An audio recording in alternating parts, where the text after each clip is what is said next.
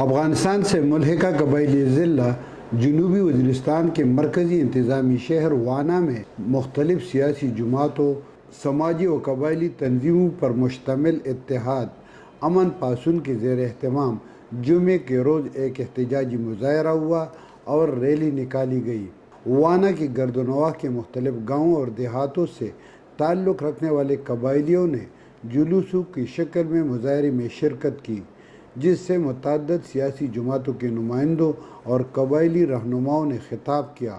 اس موقع پر شرکاء نے امن کے حق اور دہشت گردی کے خلاف نعرے لگائے۔ مقررین نے واضح الفاظ میں کہا کہ علاقے میں امن و امان قائم رکھنا اور دہشت گردی کا خاتمہ ریاست ہی کی اولین ذمہ داری ہے، لہٰذا ریاستی اداروں کو اپنی نااہلی کو چھپانے کے لیے بے گناہ قبائلیوں کی گرفتاری اور انہیں ہراساں کرنے سے گریز کرنا چاہیے۔ چند روز قبل وانا میں حکومت کے وفادار عسکریت پسند گروہ یا حکومتی اداروں کی سرپرستی میں سرگرم عمل امن کمیٹی کے دفتر میں بم دھماکہ ہوا تھا، جس کے نتیجے میں امن کمیٹی کے سربراہ سمیت 7 افراد ہلاک اور 1 درجن کے لگ بھگ زخمی ہوئے تھے۔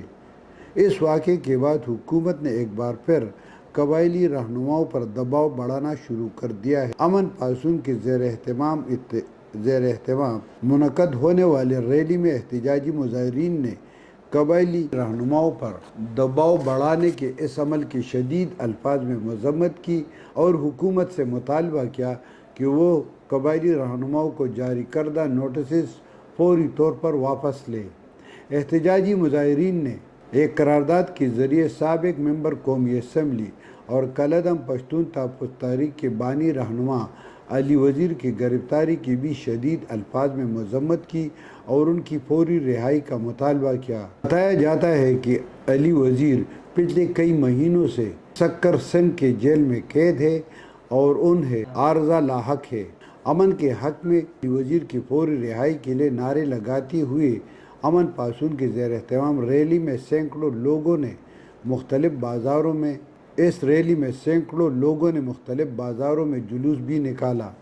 اس سے قبل بھی امن پاسون کے زیر اہتمام کئی ایک مظاہرے اور ریلیاں نکالی جا چکی ہیں۔ شمیم شاہد، میدان ڈیجیٹل، پشاور۔